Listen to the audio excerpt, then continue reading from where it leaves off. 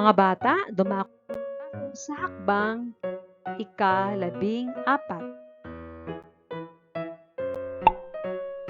Tinig S. Malaking titik S, maliit na titik S. Tunog S. S. S. A. S. A. Pagsamahin ng dalawang tunog. Sa. S. A. Sa. Halimbawa, sa sako. Sa sa meat. Sa s a s a sa sa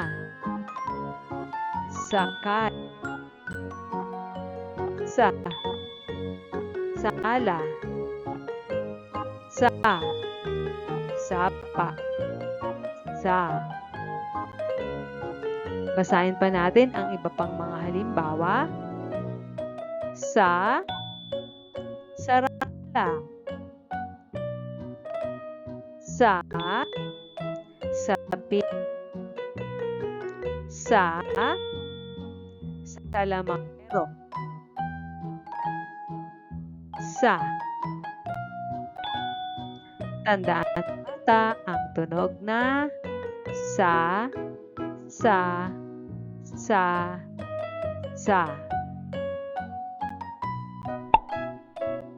Ngayon naman, pag-aralan natin ang katinig T. Malaking titik T, maliit na titik T. Tunog T. T.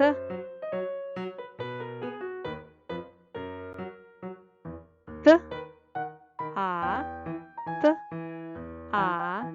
Ta. T. A. Pagsamahin ng dalawang tunog, magiging ta. Halimbawa, ta. Tala. Ta. Tama. Ta. Tasa. Ta. T.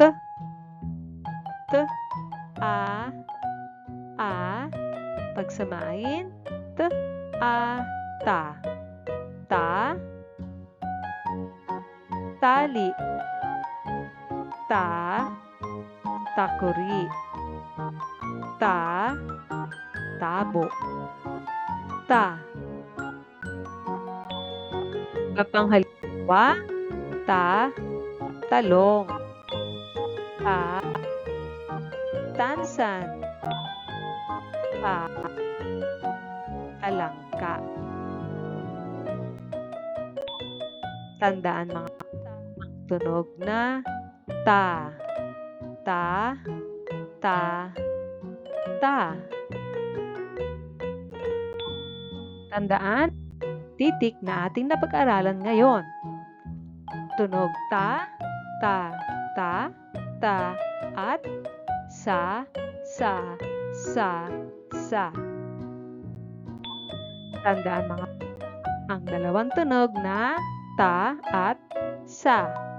Ta, sa. Ta, sa. Pag pinagsama ang dalawang tunog na ito o ang dalawang pantig, ta at sa, nakakabuo tayo ng isang salitang tasa. Tasa. Mahusay mga bata. Great work!